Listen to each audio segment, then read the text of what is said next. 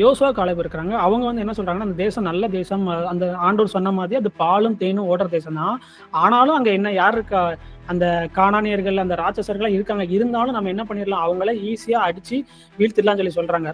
ஆனா இந்த 10 பேர் வந்து அதை பார்த்துட்டு வந்து பயங்கரமா புலம்புறாங்க. ஏன் வந்து இவங்க எல்லாரும் ஒரே விஷயத்த தான் பார்த்தாங்க. ஆனா இவங்க 2 பேர் பார்த்த விதம் வேற மாதிரி இருந்துச்சு. மிச்ச 10 பேர் பார்த்தது வேற மாதிரி இருந்துச்சுன்னா, இந்த இஸ்ரேல் மக்கள் வந்து 400 வருஷம் எகிப்துல அடிமையா இருந்தவங்க. பார்வோனுக்கு கீழ அடிமையா இருந்தவங்க. அடிமைத்தனத்திலே வாழ்ந்து வாழ்ந்து வாழ்ந்து அவங்க அடிபட்டு எந்த விஷயத்த பார்த்தாலும் பயப்படுற ஒரு ஆட்களா மாறிட்டாங்க. அவங்க இருதயம் வந்து ரொம்ப நொறுங்கி போய் இருக்கு. எந்த விஷயத்த பார்த்தாலும் பயப்படுறவங்களா மாறிட்டாங்க. அவங்க அவங்க கண்ணு வந்து ஆண்டோடைய நன்மையை பார்க்க முடியாத அளவுக்கு அவங்க ஹார்ட் வந்து ட்விஸ்டடா மாறிட்டு. ஆனா அந்த யோசுவா காலேப் இருக்காங்க பாருங்க, அவங்க வந்து எதை பார்த்தாங்கன்னா, என்னதான் அவங்க அடிமைத்தனத்துல இருந்து வந்திருந்தாலும் கஷ்டப்பட்டிருந்தாலும் அவங்க ஆண்டவர் செஞ்ச அற்புதத்தை நோக்கி பார்த்தாங்க. ஆண்டவர் இப்படிலாம் வழி நடத்தினாரு. ஸோ நம்ம என்ன பண்ணிடலாம், இந்த தேசத்தை போயிட்டு நம்ம வந்து என்ன பண்ணலாம், ஈஸியா சுதந்திரிக்கலாம் சொல்லி அவங்களோட இருதயத்துல வந்து அவங்க அந்த மாதிரி விசுவாசிச்சாங்க. ஆனா இவங்க இருதயம் வந்து இன்னும் காயப்பட்ட இருதயமா இருக்கு. அவங்க அதை வந்து கேர் பண்ணணும்னு நினைக்காதனால அது எந்த அளவுக்கு போகுதுன்னா, அவங்களுடைய கண்களுக்கு வந்து எங்களுடைய கண்களுக்கு வந்து அவங்க கிட்ட இருந்து பார்க்கும்போது நாங்க வெட்டுக்கிளி மாதிரி இருக்கோம். அவங்களுடைய கண்களுக்கும் நாங்க அப்படியே தெரிஞ்சுன்னு சொல்றாங்க. அவங்க கண்ணுக்கு இவங்க வந்து வெட்டுக்கிளி மாதிரி தெரிஞ்சது, இவங்களுக்கு எப்படி தெரியும்? ஸோ இவங்களோட இமேஜினேஷன்ல என்ன பண்ண ஆரம்பிச்சாங்கன்னா, அந்த காயப்பட்ட இருதயம் வந்து ஏகப்பட்ட தேவையில்லாத நெகட்டிவ் இமேஜினேஷன்ஸ்லாம் கிரியேட் பண்ணுது. அது கேட்டதுக்கு அப்புறம் அவங்களுக்கு என்ன பண்றாங்கன்னா, அப்புறம் அன்னைக்கு நைட்டு ஃபுல்லா தூங்காம உட்காந்து அழுதுட்டு இருக்காங்க. எல்லாரும் புலம்புறாங்க, அழுறாங்க. அதுக்கப்புறம் அது என்ன ஆகுதுன்னா, மோசைக்கும் ஆரோனுக்கும் விரோதமா முறுமுறுக்குறாங்க. கடைசியா ஆண்டவருக்கு விரோதமா முறுமுறுத்து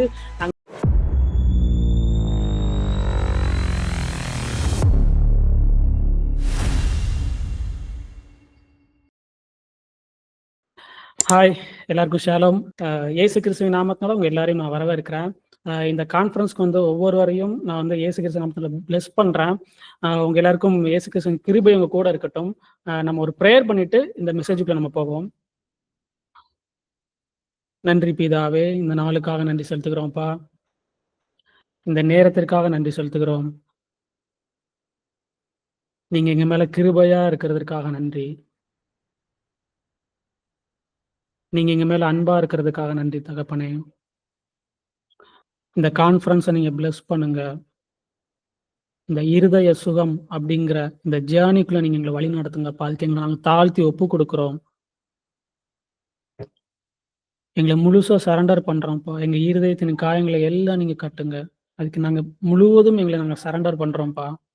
இதை பார்க்கிற ஒவ்வொருவரையும், இதை கேட்கிற ஒவ்வொருவரையும் நீங்க பிளஸ் பண்ணுங்க. அவங்க பாக்கியவான்களா இருப்பாங்க. இந்த சுவிசேஷம் அவங்களுடைய இருதயத்துக்குள்ள ஆழமாய் செல்லட்டும்பா. நீங்க சகலத்தையும் தாங்கி பிடிக்கிறது போல அவங்க இருதயத்தோட ஆழத்துல இருக்கிற அந்த நங்கூரமா இருந்து அவங்களை நீங்க வழி நடத்துங்க. இயேசு கிறிஸ்துவின் நாமத்தினால ஜெபிக்கிறோம் நல்ல பிதாவே, ஆமென். ஷலோம். இந்த ஹார்ட் ஹீலிங் இந்த ஜேர்னி இந்த கான்ஃபரன்ஸ் நான் வந்து உங்களை வரவேற்கிறேன். நம்ம வந்து ஸ்ட்ரெயிட்டா நம்ம மெசேஜுக்குள்ள போயிடலாம். அதுக்கு முன்னாடி இன்னைக்கு வந்து February 1 ஆண்டவர் வந்து இன்னைக்கான இந்த இந்த மாசத்துக்கான ஒரு வசனம் கொடுத்திருக்கிறாரு. அதை நம்ம ஃபர்ஸ்ட் வாசிப்போம். மல்கியா 3வது அதிகாரம் 10வது வசனம். என் ஆலயத்தில் ஆகாரம் உண்டாயிருக்கும்படி தசம பாகங்களை எல்லாம் பண்டக சாலையிலே கொண்டு வாருங்கள். அப்பொழுது நான் வானத்தின் பணக்கடிகளை திறந்து இடங்கொள்ளாமற் போகும் மட்டும் உங்கள் மேல் ஆசீர்வாதத்தை வர்ஷிக்க மாட்டேனோவென்று அதனால் என்னை சோதித்து பாருங்கள் என்று சேனைகளின் கர்த்தர் சொல்லுகிறார். ஓகே, ஸோ இந்த வசனம் தான் வந்து ஆண்டவர் இந்த Februaryக்கு இந்த 2025ஆம் ஆண்டு February மாசம் ஆண்டவர் நமக்கு கொடுத்த ஒரு வாக்குத்தத்தமா இருக்குது. ஸோ ஆண்டவர் வந்து நம்ம வாழ்க்கையில ஹெவனோட அந்த விண்டோ ஓப்பன் பண்ணி வானத்தின் பலகணிகளை திறந்து நம்ம இடம் கொள்ளாமற் மட்டும் போக வர்ஷிக்கிறதுக்கு அவர் வந்து ஆர்வமா இருக்கிறாரு.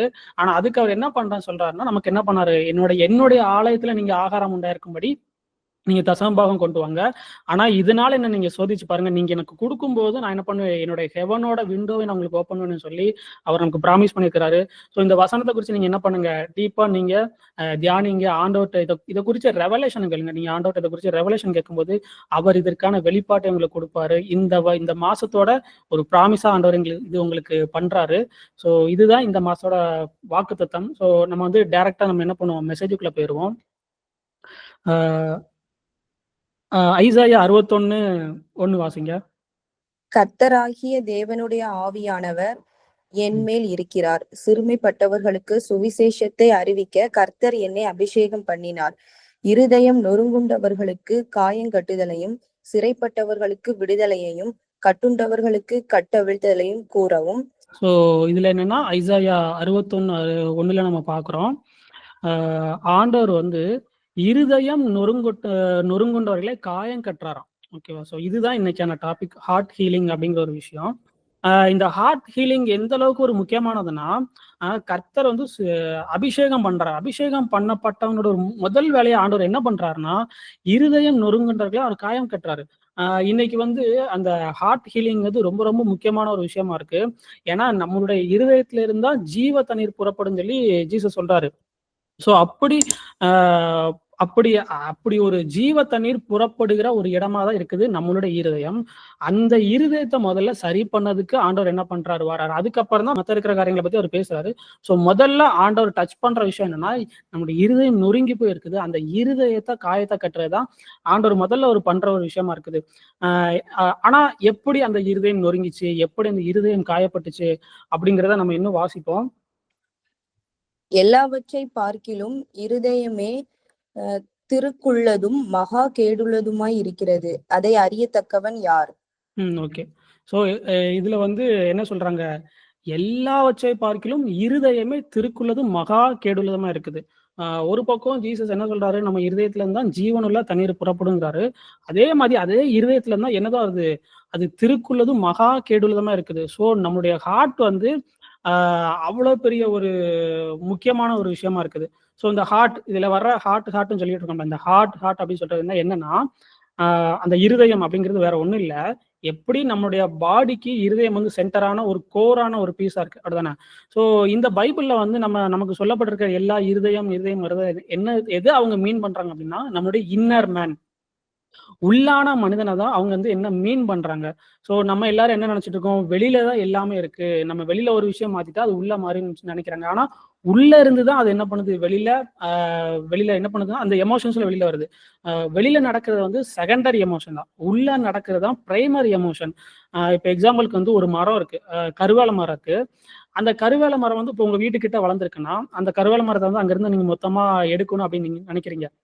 அதுக்கு நீங்க என்ன பண்றீங்கன்னா, சைட்ல இருக்கிற கிளைகளை மட்டும் நீங்க வெட்டி விட்டுட்டு இருக்கீங்க. அது கிளைகளை வெட்டி விட்டுறதுனால மட்டும் அந்த மரத்தை வந்து அங்கிருந்து நம்ம என்ன பண்ணிட முடியாது, அப்புறப்படுத்திட முடியாது. அதோட ரூட், அதோட வேர்ல இருந்து நம்ம ஆரம்பிக்கணும். அதை வேரோட பிடுங்கும் போதுதான் அந்த மரத்தை நம்ம அங்கிருந்து அப்புறப்படுத்த முடியும். ஸோ அதே மாதிரி நம்ம வந்து இன்னைக்கு நிறைய விஷயங்கள் நம்ம பண்ணிட்டு இருக்கோம், பாவங்கள் பண்ணிட்டு இருக்கோம். அந்த பாவங்கள், அதாவது பாவம் வேற, பாவங்கள் வேற. பாவத்தோட வெளிப்பாடு தான் பாவங்கள். நீங்க தண்ணி அடிக்கிறதா இருக்கட்டும், சிகரெட் அடிக்கிறதா இருக்கட்டும், இல்லைன்னா பான் வீடியோ பார்க்கறதா இருக்கட்டும், இல்லைன்னா இந்த மாதிரி நிறைய விஷயங்கள் இருக்கு. அந்த விஷயங்கள்லாம் என்னன்னா ஒரு கிளை மாதிரி தான், அதெல்லாம் பாவங்கள். பாவம் அப்படிங்கன்னா என்னன்னா, நம்ம இருதயத்துல இருந்து ஒரு விஷயம், நம்ம இருதயம் வந்து கரெக்டான விஷயத்துக்கு பொசிஷன் ஆகாம அது ட்விஸ்டடா இருக்கு பாருங்க, அதுக்கு பேரு தான் பாவம். ஏன்னா அது ஏன் பாவமா இருக்குன்னா, ஆண்டவர் நம்மள அப்படி உண்டாக்கல. ஓகேவா? ஆண்டவர் நம்மள சரியா தான் உண்டாக்கியிருக்காரு. அவருடைய சாயலையும் அவருடைய ரூபத்தின்படி நம்மள உண்டாக்கியிருக்கிறாரு. ஆனா அந்த இடத்துல இருந்து நம்ம மால் ஃபங்க்ஷன் ஆகியிருக்கோம். அந்த மால் ஃபங்க்ஷன் ஆகியிருக்கிறதுனால என்ன ஆகுதுன்னா, நம்ம ஹார்ட் ட்விஸ்டடா மாறிட்டு, அதுதான் பாவம். அந்த ஹார்ட் ட்விஸ்டடா ஆனதுனால தான் அதுல இருந்து நிறைய என்ன வருது, பாவங்கள் வெளிப்படுது. அதுதான் இங்க போட்டிருக்கு. இருதயம் வந்து திருக்குள்ளதும் மகா கேடுள்ளதமா இருக்குன்னு சொல்லி. ஸோ அந்த இருதயம் அப்படி இருக்கிறதுனாலதான் அதோட வெளிப்பாடு வந்து பலவிதமான பாவங்கள் அது வெளிப்படுது. ஆனா நமக்கு அது புரியாம நம்ம என்ன பண்ணிட்டு இருக்கோம், நம்ம வந்து ஒரு பேரிகேட் போடுறோம். நம்ம ஒரு பாவம் பண்ணிட்டு இருக்கோம், அந்த பாவத்துக்கு பேரிகேடு போட்டுட்டு இருக்கோம். ஸோ அந்த பேரிகேடு போடுறது மூலமா, அதாவது ஒரு தடை பண்றது மூலமா, நான் இந்த இது பண்ணிட்டு இருக்கேன், இந்த தண்ணி அடிச்சிட்டு இருக்கேன்னா, இதை நான் நிப்பாட்டுட்டேன்னா என் வாழ்க்கையில எல்லாம் சரியாயிரும் சரியாயிரும், சிகரெட் அடிச்சிட்டு இருக்கேன்னா இதை நான் நிப்பாட்டிட்டா எல்லாம் சரியாயிரும் அப்படி சொல்லி நம்ம நினைச்சிட்டு இருக்கோம். ஆனா உண்மை என்னன்னா அப்படி பண்றதுனால அதை மாத்த முடியாது. நமக்கு அந்த மாதிரி ஒவ்வொரு வாட்டியும் நம்ம ஒரு பாவம் பண்ணும்போது அதுக்கு பின்னாடி என்ன இருக்குன்னா நம்ம இருதயத்துல இருந்து ஒரு உணர்ச்சி வெளிப்படுது. நம்ம அது அது வந்து எதை வெளிப்படுத்துனா நம்ம இருதயம் வந்து கரெக்டா பொசிஷன் ஆகல அப்படிங்கறத அது வெளிப்படுது. ஆனா ஆண்டவர் வந்து அவருடைய சாயல தான் நம்மள உண்டாக்கி இருக்காரு. அப்புறம் எப்படி இந்த நம்ம ஹார்ட் வந்து ட்விஸ்டடா மாறுச்சு அப்படிங்கிறத நம்ம பார்த்தோம்னா, ஆதியாகமத்துல நம்ம பார்க்கிறோம் 3வது அதிகாரத்துல, ஆண்டவர் வந்து என்ன பண்றாரு, அந்த பழத்தை நீ சாப்பிடாதுன்னு சொல்லி விலக்கி வச்ச அந்த பழத்தை, நன்மை தீமை அறிகிற பழத்தை ஆதாமும் ஏவாளும் சாப்பிட்டுருந்தாங்க. அவங்க சாப்பிட்டதுக்கு அப்புறம் அவங்களுடைய கண்கள் திறக்கப்படுது. அதாவது கர்த்தரை அறிகிற அறிவு அப்படிங்கிறதுல இருந்து அவங்க அதுல இருந்து பிரிஞ்சு வந்து நன்மை தீமை அறிகிற அறிவு அப்படிங்கிற ஒரு சுயம் அப்படிங்கிற ஒரு விஷயத்துல விழுந்துட்டாங்க. அதாவது கர்த்தரை சார்ந்து வாழ்ற வாழ்க்கையை விட்டுட்டு சுயமான வாழ்க்கையை அவங்க சூஸ் பண்ணதுனால அவங்களுடைய ஹார்ட் என்ன மாறிட்டுனா ட்விஸ்டடா மாறிட்டு. ஏன் அது ட்விஸ்டடா மாறிச்சுன்னா அந்த ஒரு பீயிங்க்கு அவங்க என்ன பண்ணல, அவங்க உண்டாக்கப்படல, அவங்க சிருஷ்டிக்கப்படல. ஆண்டவர் அவங்கள சிருஷ்டிச்சதே அவரை டிபெண்ட் பண்ணி இருக்கணும், கர்த்தரை அறிகிற அறிவுல இருந்து அவங்க வாழணும் அப்படிங்கிறதுக்காக தான் அவங்கள சிருஷ்டிச்சாரு. ஆனா அதுக்கு மாற அவங்க என்ன பண்ணிட்டாங்க, இந்த நன்மை தீமை அறிகிற பழத்தை அவங்க புசிச்சு அதனால அவங்க இருதயம் வந்து ட்விஸ்டடா மாறிட்டு. எக்ஸாம்பிளுக்கு வந்து இப்போ ஒரு பெட்ரோல் கார் இருக்கு. அந்த பெட்ரோல் காருங்கிறது பெட்ரோல் போடுறதுக்கு மட்டும்தான் அந்த பெட்ரோல் காரை கண்டுபிடிச்சிருக்காங்க. அதோட டிசைனே என்னதான் பெட்ரோல் போடுறதா. ஆனா மாறா அதுல நம்ம டீசலையோ மண்ணெண்ணையோ ஊத்தும் போது அந்த கார் வந்து ஜீஸ் ஆயிரும். அந்த மாதிரிதான் அவன் வந்து கர்த்தரை அறிகிற அறிவுல இருந்துதான் அவன் சிருஷ்டிக்கப்பட்டிருக்கான். அவனோட கிரியேஷனே அப்படிதான். மனுஷனோட கிரியேஷனே கர்த்தரை அறிகிற அறிவுல இருந்தான். ஆனா அவன் தப்பான பழத்தை சூஸ் பண்ணதுனால அவன் வந்து டோட்டலா மால் ஃபங்க்ஷன் ஆக ஆரம்பிச்சிட்டான். அந்த இது நம்ம வாசிப்போம். ஆதியாகமம் 3வது அதிகாரம் எடுத்துக்கோங்க. அப்பொழுது ஸ்திரீயானவள், அந்த விருட்சம் புசிப்புக்கு நல்லதும் பார்வைக்கு இன்பமும் புத்தியை தெளிவிக்கிறதற்கு இச்சிக்கப்படத்தக்க விருட்சமுமாய் இருக்கிறது என்று கண்டு அதன் கனியை பறித்து புசித்து தன் புருஷனுக்கும் கொடுத்தாள், அவனும் புசித்தான். அடுத்து அப்படி கண்டினியூ வாசிங்க. அப்பொழுது அவர்கள் இருவருடைய கண்களும் திறக்கப்பட்டது. அவர்கள் தாங்கள் நிர்வாணிகள் என்று அறிந்து அத்தி இலைகளை தைத்து தங்களுக்கு அரைக்கச்சைகளை உண்டு பண்ணினார்கள். பகலில் குளிர்ச்சியான வேளையிலே தோட்டத்தில் உலாவுகிற தேவனாகிய கர்த்தருடைய சத்தத்தை அவர்கள் கேட்டார்கள். அப்பொழுது ஆதாமும் அவன் மனைவியும் தேவனாகிய கர்த்தருடைய சந்நிதிக்கு விலகி தோட்டத்தின் விருட்சங்களுக்குள்ளே ஒளித்து கொண்டார்கள். அப்பொழுது தேவனாகிய கர்த்தர் ஆதாமை கூப்பிட்டு, நீ எங்கே இருக்கிறாய் என்றார். அதற்கு அவன், நான் தேவருடைய சத்தத்தை தோட்டத்திலே கேட்டு நான் நிர்வாணியாய் இருப்பதினால் பயந்து ஒளித்து கொண்டேன் என்றான். அப்பொழுது அவர், நீ நிர்வாணி என்று உனக்கு அறிவித்தவன் யார்? புசிக்க வேண்டாம் என்று நான் உனக்கு விளக்கின விருட்சத்தின் கனியை புசித்தாயோ என்றார். அதற்கு ஆதாம், என்னுடனே இருக்கும்படி தேவரே தந்த ஸ்திரீயானவள் அவ்விருட்சத்தின் கனியை எனக்கு கொடுத்தால் நான் புசித்தேன் என்றான். ஸோ இந்த இதில் நம்ம பார்க்குறோம், ஆண்டவர் வந்து சாப்பிடக்கூடாத பழத்தை சாப்பிட்டதுனால அவங்க ஃபர்ஸ்ட் கண் திறக்கப்பட்டதுனால அவங்களுக்கு ஃபர்ஸ்ட் என்னாச்சு, அவங்க வந்து தங்கள் நிர்வாணிகள்னு அறிந்து அத்தியிலே தைத்து தங்களுக்குன்னு ஒரு அரை கட்சிகளை உண்டு பண்ணாங்களாம். அது வரைக்கும் அவங்க நிர்வாணிகளா இருந்து வெட்கப்படாது இருந்தார்கள். அந்த பழத்தை சாப்பிட்ட உடனே அவங்க என்ன பண்றாங்க, ஃபர்ஸ்ட் தங்களை மறைச்சிக்கிறாங்க. ஸோ அந்த இடத்துல ஃபர்ஸ்ட் சுயம் அப்படிங்கிற ஒரு விஷயம் வருது. தங்களை மறைச்சிக்கிறாங்க. ஏன்னா இப்போ அவங்க இதே வந்து ட்விஸ்டடா மாறிட்டு, திருக்குள்ளதான் மாறிட்டு, நன்மை தீமை அப்படிங்கிற அறிவு வந்ததுனால திருக்குள்ளா மாறிட்டு. ஏன்னா ஏன்னா அவங்க அப்படி இருக்க உண்டாக்கப்படல, அவங்க மால் ஃபங்க்ஷனை ஒர்க் பண்ணிட்டு இருக்காங்க. ஸோ ஃபர்ஸ்ட் அவங்கள மறைக்கிறாங்க. அப்புறம் ஆண்டவர் வராரு. ஆண்டவர் அந்த தோட்டத்துக்கு வராரு. அவர் எப்பவும் ஈவினிங் வர்ற மாதிரி அவர் வந்திருப்பாரு. ஆனா இவன் என்ன பண்றான், அந்த பழத்தை சாப்பிட்டதுனால ஆண்டோடைய சத்தத்தை கேட்டு ஓடி ஒளிஞ்சுக்கிறான். சோ இது வந்து 2வது, இது நம்ம பார்க்க வேண்டியது அடுத்த ஒரு முக்கியமான விஷயம். சோ ஆண்டவரை குறிச்ச அறிவு அவனுக்கு மாறிட்டு, கர்த்தரை அறிகிற அறிவுல இருந்து வாழ அழைக்கப்பட்டவன், அவன் வந்து உண்டாக்கப்பட்டவன். இப்ப என்ன பண்றான், ஆண்டவரை பார்த்து ஓடி ஒளிறான். சோ இதுல நம்ம என்ன ஒரு விஷயம் புரிஞ்சுக்கலாம்னா, பாவம் பண்ணதுக்கு அப்புறம் நம்ம தான் என்ன பண்ணோம், ஓடி ஒளிஞ்சுக்குவோம். ஆண்டவர் என்ன பண்றாரு, அவர் எப்பவும் போல நம்மளை தேடிதான் வந்துட்டு இருக்கிறாரு. நம்ம தான் என்ன பண்றோம், ஓடி ஒளிஞ்சுக்கிறோம். சோ அந்த பழம் வந்து ஆண்டவரை எந்த விதத்துல அஃபெக்ட் பண்ணல, அது நம்மளுடைய இருதயத்தை தான் அஃபெக்ட் பண்ணிருக்கு. அதுக்கப்புறம் கேட்கிறாரு, நான் வந்து சாப்பிடக்கூடாதுன்னு சொன்ன பழத்தை சாப்பிட்டியா அப்படின்னு கேட்டேக்கு, ஆமா நீங்க கொடுத்தீங்கல்ல ஸ்திரீ, அவ கொடுத்ததுனாலதான் நான் சாப்பிட்டேன்னு சொல்லி இப்ப என்ன பண்றான், அடுத்து பிளேம் பண்ண ஆரம்பிக்கான். சோ இப்படிதான் கொஞ்சம் கொஞ்சமா நன்மை தீமை அறிகிற அறிவுல இருந்து வர அந்த அந்த அறிவு வந்து என்ன பண்ணுதுன்னா, கொஞ்சம் கொஞ்சமா அவங்கள பாவத்துக்குள்ள கொண்டு போக ஆரம்பிக்கும். ஒவ்வொன்னா நடக்கும். ஒண்ணு தங்களை மறைச்சிக்கிறாங்க. அதுக்கப்புறம் என்ன பண்றாங்க, ஆண்டவர்ட்ட விட்டு விலகி ஓடுறாங்க. அப்புறம் ப்ளேம் பண்ண ஆரம்பிக்கிறாங்க. அப்படியே கொஞ்ச நாள் கழிச்சு பார்த்தோம்னா, என்ன பண்றான்னா, ஆபேல வந்து அவன் அண்ணன் காயின் வந்து கொலை பண்ணிடுறான். ஸோ இப்படிதான் கொஞ்சம் கொஞ்சமா பாவம் அப்படிங்கிறது உள்ள வர ஆரம்பிக்குது. ஏன்னா, நம்மளுடைய இருதயம் வந்து ட்விஸ்டடா மாறிட்டு, திருக்குள்ளதும் கேடுள்ளதா மாறுனனால தான் இவ்ளோ விஷயங்கள் நடந்திருக்கு. அவன் ஆண்டவர பார்த்தே ஓடி ஒளிர ஒரு நிலைமையில இருக்கான்.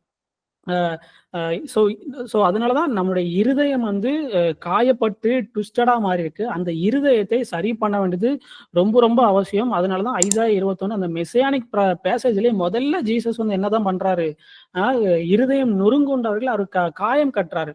ஸோ அதே மாதிரி இன்னைக்கு நம்மளுடைய வாழ்க்கையிலும் வந்து அ ஃபர்ஸ்ட்டு வந்து எப்படி ஆதாம் வந்து அந்த நன்மை தீமை அறிவுக்குள்ள போனோனே, ஒரு பெரிய அளவு என்ன ஆயிட்டு ஒரு டவுன்ஃபால் நம்ம வந்து வந்துட்டு. அது மட்டும் இல்லாம நம்ம வாழ்க்கையில இவ்வளவு தூரம் வாழ்ந்து வந்திருக்கிறோம். நம்முடைய வாழ்க்கையில நெறைய விதமான அப்யூஸ நம்ம பார்த்திருப்போம். நெறைய ட்ராமா பார்த்திருப்போம். ட்ராமானா அதிர்ச்சி, ஏதாவது ஒரு நடக்க கூடாத ஒரு சம்பவத்துக்குள்ள நம்ம போயிருப்போம். அப்புறம் நெறைய பேர் நம்மள வந்து அவமானப்படுத்தியிருப்பாங்க, வெட்கப்படுத்தியிருப்பாங்க, திட்டியிருப்பாங்க. அப்படி சொல்லி இப்படி நெறைய விஷயங்கள் இருக்கு. இதுல மேஜரா வந்து பேரன்டல் வூண்ட் அப்படின்னு சொல்லி இருக்கு. பேரண்ட்ஸ் நம்மள காயப்படுத்துற ஒரு விஷயம் இருக்கு. ஃபைனான்ஷியலா காயப்படுறதுன்னு சொல்லி ஒரு விஷயம் இருக்கு. அந்த ஃபைனான்ஷியலா காயப்படுறதன் மூலமா நமக்கு வர ஒரு அவமானங்கள், இன்னொன்னு நம்ம எடுக்கிற டிசிஷன்ஸ் வந்து சரியா ஒரு கனி குடுக்காததா மாறி ஒரு ஒரு ஒரு ஒரு சபிக்கப்பட்ட வாழ்க்கையாவே நம்ம வாழ்ந்துட்டு இருப்போம். ஸோ இதெல்லாம் என்ன பண்ணா சின்ன வயசுலேருந்து கொஞ்சம் கொஞ்சம் கொஞ்சமா நம்ம இருதயத்த வந்து காயப்படுத்திக்கிட்டே இருக்கும். இப்படி இருதயம் வந்து காயப்பட்டுக்கிட்டே இருந்தா, அதுலருந்து என்னதான் வரும்? ஜீவ தண்ணீர் வராது. அப்படிதானே? ஸோ அதனால தான் இன்னைக்கு நெறைய பேர் வந்து ஆண்டவருக்குள்ள வந்தாலும், பரிசுத்த ஆவியானவர் பெற்றாலும், அவங்களுடைய இருதயம் கோர் ப்ராடக்ட் அந்த இருதயம் வந்து சரியா இல்லாதனால, சில பேருக்கு வந்து அந்த கிஃப்ட் கூட என்ன ஆயிரும், தப்பா ஆப்பரேட் ஆகும். ஆண்டவர் வந்து தீர்க்க தரிசனம் வரம் குடுத்திருக்கலாம். அந்த தீர்க்க தரிசனம் வரம் மூலமா அவங்க திடீர்னு கோவப்படுறது மூலமா யாரையாவது திடீர்னு சபிச்சிடலாம். ஸோ அந்த மாதிரி நெறைய விஷயங்கள் நடக்கிறதுக்கு காரணம் வந்து இதுதான். ஏன்னா இருதயம் சரியா இன்னும் டியூன் ஆகல. ஸோ அந்த இருதயத்த நம்ம வந்து சரி பண்ண வேண்டியது ரொம்ப அவசியமா இருக்குது. ஸோ ஜீசஸ் வந்து உங்களுடைய இருதயத்த அட்ரஸ் பண்ண தான் அவர் வந்திருக்கிறார். அ அ எப்படி அ சிருஷ்டிப்பின் நோக்கம்னு ஒரு விஷயம் இருக்கு. அந்த சிருஷ்டிப்பின் நோக்கத்துல இருந்து ஆதாம் வந்து என்ன ஆயிட்டான், விலகி போயிட்டான். அந்த பர்ப்பஸ்ல இருந்து அவன் வந்து வழிமாறி போயிட்டான். அந்த வழிமாறி போன நம்மள இந்த மனு குலத்த ஜீசஸ் மறுபடி வந்து எனக்கு எதுக்காக தான் நம்ம வந்தாரு. ஸோ உங்களுக்கு புரிஞ்சிருக்கும்னு நெனைக்கிறேன். இந்த ஹார்ட் ஹீலிங் அப்படிங்கிறது நமக்கு ரொம்ப ரொம்ப முக்கியம். ஏன்னா, அதுதான் நம்முடைய ஹார்ட் தான் ஒரு கோரான ஒரு விஷயமா இருக்குது. அதுல இருந்து ஜீவ தண்ணீரும் வருது. நம்ம தப்பான நம்ம ஹார்ட் வந்து சரியா இல்ல, ட்விஸ்டடா இருந்தா அதுல இருந்து என்னதான் வரும்? ஒரு டாக்ஸிக்கான வாட்டரும் வரும். ஓகேவா? நம்ம இன்னொரு எக்ஸாம்பிள் ஒண்ணு பார்ப்போம். என்னாகமம் 13வது அதிகாரம் 25வது வசனம். அவர்கள் தேசத்தை சுற்றி பார்த்து 40 நாள் சென்ற பின்பு திரும்பினார்கள். அவர்கள் பாரான் வனாந்தரத்தில் இருக்கிற காதேசுக்கு வந்து மோசே ஆரோன் என்பவர்களிடத்திலும் இஸ்ரவேல் புத்திரராகிய சபையார் எல்லாரிடத்திலும் சேர்ந்து அவர்களுக்கும் சபையார் அனைவருக்கும் சமாசாரத்தை அறிவித்து தேசத்தின் கனிகளை அவர்களுக்கு காண்பித்தார்கள். அவர்கள் மோசேயை நோக்கி, நீர் எங்களை அனுப்பின தேசத்துக்கு நாங்கள் போய் வந்தோம். அது பாலும் தேனும் ஓடுகிற தேசம்தான். இது அதனுடைய கனி. ஆனாலும் அந்த தேசத்திலே குடியிருக்கிற ஜனங்கள் பலவான்கள். பட்டணங்கள் அரணிப்பானவைகளும் மிகவும் பெரியவைகளுமாய் இருக்கிறது. அங்கே ஏனாக்கின் குமாரரையும் கண்டோம். அமலேக்கியர் தென்புறமான தேசத்தில் குடியிருக்கிறார்கள். ஏத்தியரும் எபூசியரும் எமோரியரும் மலைநாட்டில் குடியிருக்கிறார்கள். கானானியர் கடல் அருகேயும் யோர்தான் அண்டையிலும் குடியிருக்கிறார்கள் என்றார்கள். அப்பொழுது காலேப் மோசேக்கு முன்பாக ஜனங்களை அமர்த்தி, நாம் உன்னுடனே போய் அதை சுதந்தரித்துக் கொள்ளுவோம். நாம் அதை எளிதாய் ஜெயித்து கொள்ளலாம் என்றான். அவனுடனே கூட போய் வந்த மனிதரோ, நாம் போய் அந்த ஜனங்களோடே எதிர்க்க நம்மாலே கூடாது. அவர்கள் நம்மை பார்க்கிலும் பலவான்கள் என்றார்கள். நாங்கள் போய் சுற்றி பார்த்து வந்த அந்த தேசம் தன் குடிகளை பற்றிக்கிற தேசம். நாங்கள் அதிலே கண்ட ஜனங்கள் எல்லாரும் மிகவும் பெரிய ஆட்கள். அங்கே ராட்சச பிறவியான ஏனாக்கின் குமாரராகிய ராட்சசரையும் கண்டோம். நாங்கள் எங்கள் பார்வைக்கு வெட்டுக்கிளிகளைப் போல் இருந்தோம். அவர்கள் பார்வைக்கும் அப்படியே இருந்தோம் என்று சொல்லி, இப்படி இஸ்ரவேல் புத்திரருக்குள்ளே தாங்கள் சுற்றி பார்த்து வந்த தேசத்தை குறித்து துர்ச்செய்தி பரப்ப செய்தார்கள். அப்பொழுது சபையார் எல்லாரும் கூக்குரலிட்டு புலம்பினார்கள். ஜனங்கள் அன்று ராம் முழுவதும் அழுது கொண்டிருந்தார்கள். இஸ்ரவேல் புத்திரர் எல்லாரும் மோசேக்கும் ஆரோனுக்கும் விரோதமாக முறுமுறுத்தார்கள். சபையார் எல்லாரும் அவர்களை நோக்கி, எகிப்து தேசத்திலே செத்து போனோமானால் நலமாயிருக்கும். இந்த வனாந்தரத்திலே நாங்கள் செத்தாலும் நலம். நாங்கள் பட்டயத்தால் மடியும்படிக்கு பெண்ஜாதிகளும் பிள்ளைகளும் கொள்ளையாகும்படிக்கும் கர்த்தர் எங்களை இந்த தேசத்துக்கு கொண்டு வந்தது என்ன? எகிப்துக்கு திரும்பி போகிறதே எங்களுக்கு உத்தமம் அல்லவோ என்றார்கள். பின்பு அவர்கள் போதும் போதும். ஸோ இந்த இதை வந்து நம்ம பார்த்தோம் இந்த பேசேஜ்ல. அதாவது இதுல என்னன்னா, யோசுவா காலேப் இருக்கிறாங்க, அது போக மிச்சம் 10 பேர் இருக்கிறாங்க. ஆண்டவர் வந்து இஸ்ரேல் மக்களுக்கு வாக்குத்தத்தம் பண்ண, அதாவது ஆபிரகாமுக்கு வாக்குத்தத்தம் பண்ண அந்த தேசத்துக்கு கூட்டு போறேன்னு சொல்றாரு. கூட்டு போறாங்க.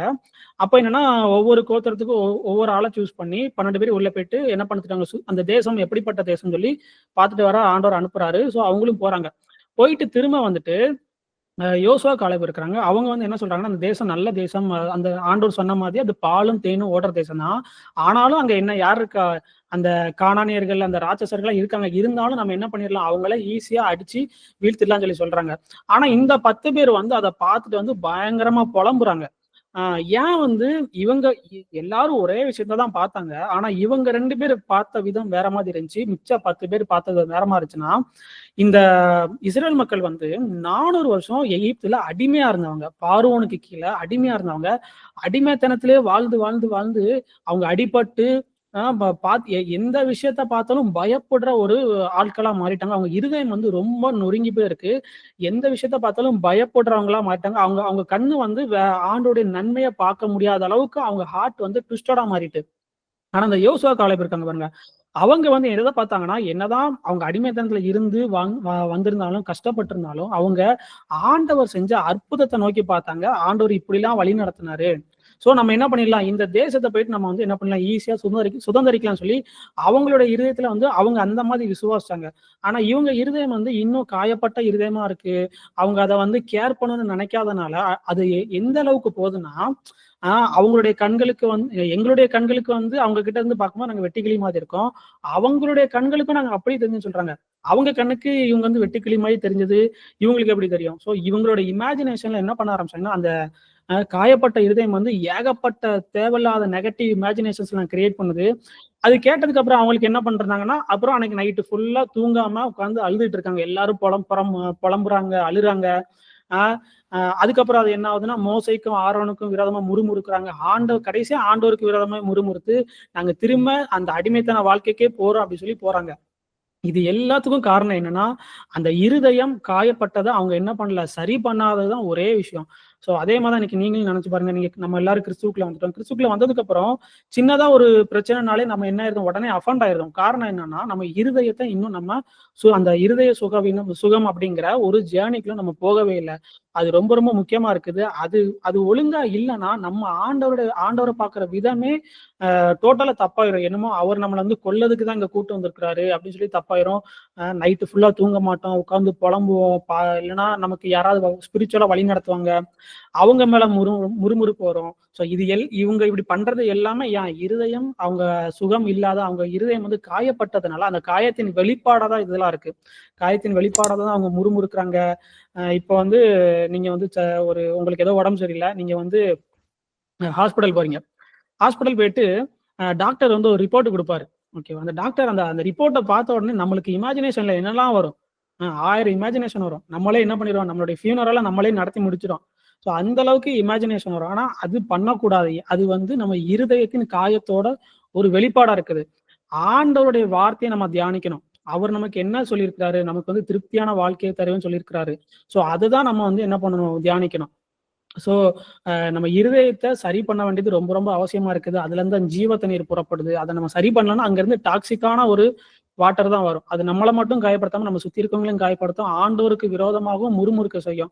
ஸோ எப்படி இந்த இருதய சுகம் அப்படிங்கிற அந்த ஜேர்னிக்கு நம்ம போகலாம் அப்படின்னா, ஒரே ஒரு விஷயம் தான், இயேசு கிறிஸ்துவின் ரத்தத்தின் மூலமா அதை தியானிக்கிறது மூலமா மட்டும்தான் நம்ம அது வழியா உள்ள போயிட்டு நம்மளுடைய இருதயத்தை வந்து சுகப்படுத்திக்க முடியும். ஏன்னா அவருடைய தழும்புகளால நம்ம வந்து குணமா இருக்கோம் அப்படின்னு சொல்லி நம்ம வாசிக்கிறோம்.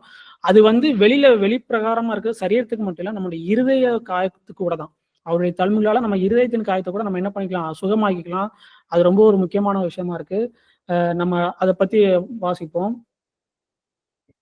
எபிரேயர் 9ஆம் அதிகாரம் 14வது வசனம். நித்திய ஆவியினாலே தம்மைத்தாமே பழுதற்ற பலியாக தேவனுக்கு ஒப்புக்கொடுத்த கிறிஸ்துவினுடைய இரத்தம் ஜீவனுள்ள தேவனுக்கு ஊழியம் செய்வதற்கு உங்கள் மனசாட்சியை செத்த கிரிகைகளற்ற சுத்திகரிப்பது எவ்வளவு நிச்சயம். ஆகையால் முதலாம் உடன்படி அவ்வளவுதான். சோ இந்த வசனத்துல நம்ம வாசிக்கிறோம், பழுதற்ற பலியாக தேவனுக்கு ஒப்பு கொடுத்த கிறிஸ்துவனுடைய ரத்தம் வந்து ஜீவனுள்ள தேவனுக்கு ஊழியம் செய்கிறதுக்கு உங்கள் மனசாட்சியை செத்த கிரியைகளை ரச்ச சுத்திகரிப்பது எவ்வளவு நிச்சயம்.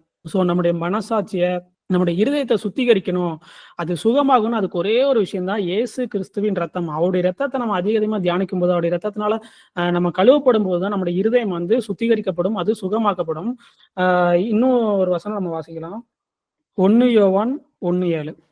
அவர் ஒளியில் இருக்கிறது போல நாமும் ஒளியிலே நடந்தால் ஒருவரோடொருவர் ஐக்கியப்பட்டிருப்போம். அவருடைய குமாரனாகிய இயேசு கிறிஸ்துவின் இரத்தம் சகல பாவங்களையும் நீக்கி நம்மை சுத்திகரிக்கும். ஓகே, இதுலயும் நம்ம என்ன பாக்குறோம், இயேசு கிறிஸ்துவின் ரத்தம் வந்து சகல பாவங்களையும் நீக்கி நம்மளை சுத்திகரிக்கும் அப்படின்னு. அப்ப நான் என்ன சொன்னேன், நம்முடைய இருதயத்தோட வெளிப்பாடு அந்த பாவங்கள். ஓகேவா? சோ அந்த பாவம் வந்து நம்மகிட்ட இருந்து மாறணும், நம்முடைய ட்விஸ்டடான ஹார்ட் வந்து திரும்பணும், ஆண்டவருக்கு நேரா திரும்பணும்னா அதுக்கு ஒரே ஒரு வழி வந்து இயேசு கிறிஸ்துவின் ரத்தம் தான்.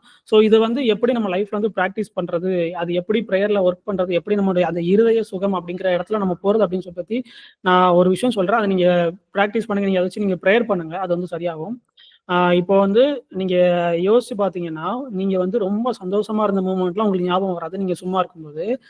நீங்க வந்து சும்மா இருக்கும்போது நிறைய கஷ்டமான மூமெண்ட் தான் ஞாபகம் வரும். அப்படிதானே? அது ஏன் அப்படி ஞாபகம் வருதுன்னா, அந்த சந்தோஷமா இருக்க மூமெண்ட்லாம் நீங்க சிரிக்கிறது மூலமா அதை வந்து உங்களுடைய சப்கான்சியஸ்ல இருந்து நீங்க என்ன பண்ணிருந்தீங்க, ப்ராசஸ் பண்ணிருந்தீங்க. ஆனா நமக்கு நடந்த நிறைய அசம்பாவிதங்களா இருக்கட்டும், ட்ராமாவா இருக்கட்டும், அபியூஸா இருக்கட்டும், நிறைய கஷ்டமான விஷயங்கள் எதுவுமே நம்ம என்ன பண்ண மாட்டோம், அந்த காயங்கள் எதுவுமே நம்ம ப்ராசஸ் பண்ணாம நம்ம இருதயத்திலே வச்சிருப்போம். அது வந்து எப்போ மட்டும்தான் ப்ராசஸ் ஆகணும், அது எப்போ நீங்க வாயை திறந்து பேசி உங்க வாயினால் நீங்க அறிக்கை பண்றீங்களோ அப்போ மட்டும்தான் அது என்ன ஆகும், அது ப்ராசஸ் ஆகும். இப்படிதான் உங்க இருதயத்தோட சுகம் வந்து அது நடக்க ஆரம்பிக்கும். அது ப்ராசஸ் பண்ணாத வரைக்கும் அது உங்களுடைய இருதயத்திலேயே தான் இருக்கும். எப்படி இப்போ வந்து உங்களுக்கு சின்ன வயசுல ஏதோ ஒரு விஷயம் நடக்கக்கூடாத ஒரு விஷயம் நடந்திருக்குன்னா, அது நீங்க உங்க இருதயத்திலே வச்சுக்கிட்டே இருக்கும்போது, அதை ப்ராசஸ் பண்ணும்போது அது உங்க இருதயத்துல ஒரு காயமா மட்டும்தான் இருக்கும். உங்க ஹார்ட் வந்து ட்விஸ்டடா மட்டும்தான் இருக்கும். அதை வந்து நீங்க பாவ அறிக்கை, அதுக்கு பிறகுதான் பாவ அறிக்கை. உங்க ஹார்ட்ல இருக்கிற விஷயத்த ஃபுல் வல்னரபிளா நீங்க இயேசு கிறிஸ்துவ திறந்து காட்டும் போது, ஏசப்பா இதுதான் என் ஹார்ட்ல இருக்கு, இப்படி ஒரு விஷயம் என்னை காயப்படுத்திட்டு இருக்கு, இப்படி ஒரு எமோஷன் எனக்குள்ள இருக்குன்னு சொல்லி நீங்க அவர்கிட்ட ஓப்பன் பண்ணும்போது உங்களுக்குள்ள என்ன நடக்கும், அவருடைய எப்படி அவருடைய தழும்புகளால் நீங்க சுகமாக்கப்படுவீங்க. ஸோ அது என்னன்னா ப்ராசஸ் ஆயிரும். அந்த எமோஷன் வந்து ப்ராசஸ் ஆயிரும். அது உங்கள விட்டு வெளியில போயிரும். ஸோ அதுதான் அந்த பாவ அறிக்கையை பத்தியும் போட்டிருக்கு. அதுதான் இதுலயும் சொல்லியிருக்கு. இயேசு கிறிஸ்துவின் ரத்தம் வந்து சகல பாவங்களை நீக்கி நம்மளை சுத்திகரிக்கும். நம்முடைய மனசாட்சியை சுத்திகரிக்கும். இந்த ஒரே விஷயம் தான். ஸோ இந்த விஷயத்த வந்து நீங்க என்ன பண்ணுங்க, போய் பிராக்டிஸ் பண்ணுங்க. நீங்க வந்து கன்ஃபர்ஸ் பண்ணுங்க. உங்களுடைய சின்ஸ் எல்லாம் ஆண்டவர்ட்ட கன்ஃபர்ஸ் பண்ணுங்க. நீங்க என்னெல்லாம் பண்ணிருக்கீங்க, உங்களுக்குள்ள என்னென்ன விஷயங்கள்லாம் இன்னும் உறுத்திக்கிட்டு இருக்கு. ஒரு 5 நிமிஷம் சும்மா உட்கார முடியல. நம்ம ஏன் ஃபோன் நோண்டுறோம்னா, நமக்கு அந்த விஷயம் வந்து என்ன பண்ணிட்டு இருக்கு, மேல மேல அந்த எமோஷன்ஸ்லாம் எழும்பி வருது. அந்த உங்களுக்கு மேல எழும்பி வர எமோஷன்ஸ் எல்லாம் ஜீசஸ்ட்ட போய் மொத்தமா குடுங்க. உங்க ஹார்ட் வந்து முழுசா திறந்து அவர்ட்ட காமிங்க. அப்படி காமிக்கும்போது அவர் வந்து வெளிச்சத்துல இருக்கிறாரு. அவர் ஒளியில் இருக்கிறது போல நாமும் ஒளியில் நடந்தால் அவரோட என்ன பண்ணிருப்போம், ஒருவரோட ஒருவர் ஐக்கியப்பட்டிருப்போம். நீங்க வந்து எப்படி உங்களுக்கு யாராவது ஒருத்தவங்க ரொம்ப நம்பிக்கையா இருந்தாங்கன்னா அவங்க கிட்ட போய் ஷேர் பண்ணுங்க. இல்லைன்னா யாருமே நம்பிக்கையா இல்லை அப்படின்னா ஆண்டவர்கிட்ட போயிட்டு ஷேர் பண்ணுங்க. இன்னொன்னு முக்கியமா என்னன்னா, ஆண்டவரை குறிச்ச வியூ வந்து ரொம்ப முக்கியம். அதுதான் இந்த ட்விஸ்டடான ஹார்ட்டுக்கு ஒரு முக்கியமான ஒரு காரணமா இருக்குது. ஆண்டவரை குறிச்ச பெர்ஸ்பெக்டிவ் வந்து ரொம்ப முக்கியமான ஒரு விஷயம். ஸோ எப்படி ஜீசஸ் வந்து சிலுவையில நம்மளை மன்னிச்சாரு, அவர் ரத்தம் சொட்ட சொட்ட என்ன பண்ணாரு, நம்மளே மன்னித்தார். அவரு மன்னிக்கிற தெய்வமா இருக்கிறாரு. அவர் மன்னிக்கிறது போல நம்மளும் மத்தவங்களுக்கு மன்னிக்கணும். எல்லாரும் உங்களை காயப்படுத்திருப்பாங்க. அந்த யாரெல்லாம் உங்களை காயப்படுத்தினாங்களோ அவங்க எல்லாரையும் மன்னிங்க. அவங்கள நீங்க மன்னிக்கும் போது உங்களுடைய பாவங்களும் மன்னிக்கப்படும். அப்பதான் உங்களுடைய குற்ற மனசாட்சியில இருந்து நீங்க என்ன பண்ண முடியும், விடுதலை ஆக முடியும். ஸோ உங்களுக்கு யாரெல்லாம் தப்பு பண்ணாங்களோ, உங்களை யாரெல்லாம் காயப்படுத்தினாங்களோ, உங்களை யாரெல்லாம் ஏமாத்தினாங்களோ, அவங்களை யாரெல்லாம் அபியூஸ் பண்ணாங்களோ அவங்க எல்லாரையும் மன்னிங்க. உங்களை சபிச்சிருப்பாங்க. யாரெல்லாம் உங்களை சபிச்சாங்களோ அவங்க எல்லாரையும் ஆசீர்வதிங்க. உங்களை நிந்திக்கிறவங்களுக்காக நீங்க என்ன பண்ணுங்க, ஜெபம் பண்ணுங்க. இதை நீங்க பண்ணும்போதே இந்த ஹார்ட் ஹீலிங் அப்படிங்கிற ஒரு விஷயத்துக்குள்ள நீங்க என்ன பண்ண முடியும், என்டர் ஆக முடியும். அது ஒரு ஜேர்னி. ஒரே நாள் அது நடக்குமான்னு தெரியாது. அது ஒரு ஜேர்னி. டே பை டே அப்படி போயிட்டே இருக்கும். உங்களுக்குள்ள எப்போல்லாம் அந்த மாதிரி எமோஷன்ஸ் வருதோ அதெல்லாம் ஆண்டவர்கிட்ட போயிட்டு சரண்டர் பண்ணுங்க. உங்களை யாரெல்லாம் கஷ்டப்படுத்திருக்காங்களோ அவங்க எல்லாரும் பண்ணுங்க. கண்டிப்பா இந்த ஹார்ட் ஹீலிங் அப்படிங்கிற ஒரு ஜேர்னிக்குள்ள நீங்க போகலாம். ஒன்னே ஒண்ணுதான், சிலுவையை நோக்கி பாருங்க. அவரு சிலுவையில ரத்தம் சொட்ட சொட்ட பிதாவே இவங்க என்ன பண்றாங்கன்னு தெரியாம பண்றாங்க, அவங்களே மன்னியும் அப்படி சொல்லி அவர் மன்னிச்சாரு. சோ அது வந்து ஒரு பாசிபிளான வே. ஓகே, அதுதான் அவர் நம்மகிட்டையும் கேட்கிறாரு. சிலுவை சுமந்து கொண்டு என்ன ஃபாலோ பண்ணி வான்னா அதுக்கு அதான் அர்த்தம். உங்களை கஷ்டப்படுத்துறவங்கள நினைச்சிட்டு நீங்க கஷ்டப்பட்டுட்டு இருக்காம அவர் சிலுவையில எப்படி மன்னிச்சாரு அப்படி மன்னிக்கிறதுக்கும் முடியும். கஷ்டம்தான், ஓகே, அது கஷ்டம்தான். உங்களை காயப்படுத்திருப்பாங்க, உண்மைதான். அவரையும் காயப்படுத்துறாங்க. அவரை காயப்படுத்தினவர்களை அந்த ரத்தம் சொட்ட சொட்ட அவர் மன்னிச்சார்ல, அது நம்மளாலே முடியும். அதுதான் அவர் நம்மகிட்ட எதிர்பார்க்கிறாரு. அதை நீங்க பண்ணும்போது இந்த மாதிரி இருக்கிற பாண்டேஜ்ல இருந்து நீங்க ரிலீஸ் ஆகலாம். உங்களுடைய இருதயம் நொறுங்குண்டதுல இருந்து நீங்க என்ன பண்ணலாம், ஹீல் ஆகலாம். ஸோ இதுதான் இன்னைக்குடைய மெசேஜ். உங்க எல்லாருக்கும் புரிஞ்சிருக்கும்னு நினைக்கிறேன். நம்ம வந்து கம்யூனியன் எடுத்துட்டு நம்ம அந்த வீடியோ நம்ம முடிச்சிடலாம். கம்யூனியன் எடுத்துக்கிறவங்களாம் எடுத்துக்கோங்க.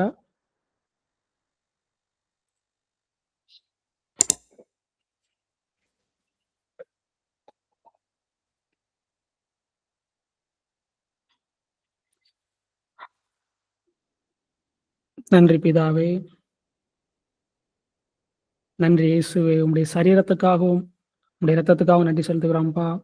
இது அநேகருக்காக சிந்தப்பட்ட உங்களுடைய ரத்தமா இருக்குது. பாவ மன்னிப்பு உண்டாகும்படி இருக்கிற ரத்தமா இருக்குதுப்பா. உங்களுடைய எங்களை சுத்திகரிக்கக்கூடிய ரத்தமா இருக்குது. இதை கேட்கிற ஒவ்வொருவரையும் பிளஸ் பண்ணுங்க. Thank you father. இந்த கம்யூனியன் நீங்க எடுக்கும்போது அவரை நினைவு கூறுங்க. அவர் சிலுவையில் உங்களை எப்படி மன்னிச்சாருங்கிறத நினைவு கூர்ந்து, உங்களை யாரெல்லாம் காயப்படுத்தினாங்களோ, உங்களை யாரெல்லாம் அபியூஸ் பண்ணாங்களோ, சின்ன வயசுல இருந்து உங்களை எப்படிலாம் அபியூஸ் பண்ணாங்களோ, நீங்க எந்த மாதிரி ட்ராமாக்குள்ள கடந்து போனீங்களோ அவங்களை எல்லாம் மன்னியுங்க. நீங்க வாய்களை திறந்து பேசுங்க, நான் உங்களை மன்னிக்கிறேன். ஒருவேளை உங்க அம்மா அப்பா உங்களை காயப்படுத்திருந்தாலும் நீங்க அவங்கள பார்த்து பேசுங்க. நேர்ல போய் சில பேர்லாம் நேர்ல போய் பார்த்து பேச முடியாது. அவங்க இல்லாம கூட இருக்கலாம். இல்லைன்னா சில பேர் புரியாது. நம்ம போய் சாரி கேட்டா அவங்களுக்கு புரியாது. உங்க கண்ணு முன்னாடி உங்களுடைய இமேஜினேஷன்ல கொண்டு வாங்க. நான் உங்களை மன்னிக்கிறேன்னு சொல்லுங்க. நீ அப்படி மன்னிக்கும் போது உங்களுக்குள்ள சுகம் உண்டாகும். நீங்க ஹீல் ஆவீங்க. அப்பா, எங்களை யாரெல்லாம் காயப்படுத்தினாங்களோ அவங்களெல்லாம் நான் மன்னிக்கிறேன்ப்பா. யாரெல்லாம் என்னை அபியூஸ் பண்ணாங்களோ அவங்கள நான் மன்னிக்கிறேன். நீங்க எனக்கு மன்னித்தது போல நான் உங்களை மன்னிக்கிறேன். என்னை சபிச்சவங்களை நான் ஆசீர்வதிக்கிறேன்ப்பா. என்னை நிந்தித்தவர்களுக்காக நான் ஜெபம் பண்றேன். இந்த ரத்தம், உம்முடைய ரத்தத்தினால என்னுடைய இருதயத்தை சுத்திகரிங்க. என்னுடைய இருதயத்தை குணமாக்குங்க. இதை பார்க்கிற ஒவ்வொருடைய இருதயத்திலும் நீங்க பேசுங்கப்பா. அவங்களுடைய இருதயம் குணமாகட்டும். ஒரு ஜீவனுள்ள வாழ்க்கை அவங்களுக்கு கொடுங்க. அவங்களுடைய இருதயத்திலிருந்து ஜீவ தண்ணீர் புறப்படட்டும். எங்களுடைய இருதயத்தை, அந்த திருக்குள்ள இருதயத்தை எடுத்து போட்டு எங்களுக்கு உணர்வுள்ள இருதயத்தை கொடுங்க. உங்களோடு ஐக்கியப்பட்டு இருக்கிற இருதயத்தை கொடுங்கப்பா. உங்களுடைய சரீரத்தை நாங்க சாப்பிடுறோம் ஆண்டவரே.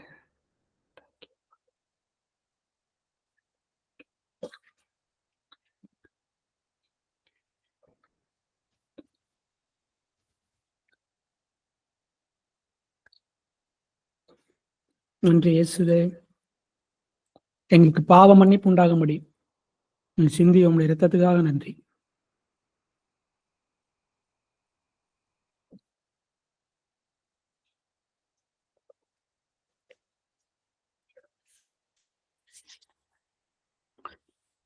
ஓகே, வேற யாரும் எதுவும் கேட்கணுமா? எதுவும் டவுட் இருக்கா? இது ஆக்சுவலாக இந்த மெசேஜ் எல்லாமே கரெக்ட், ஓகே, எல்லாமே நல்லா ஸ்டார்டிங்லேருந்து எண்டிங் வரைக்கும் அது எவ்வளோ இம்பார்ட்டன்ட், அது ஏன் ஒர்க் பண்ண வேண்டியிருக்கு,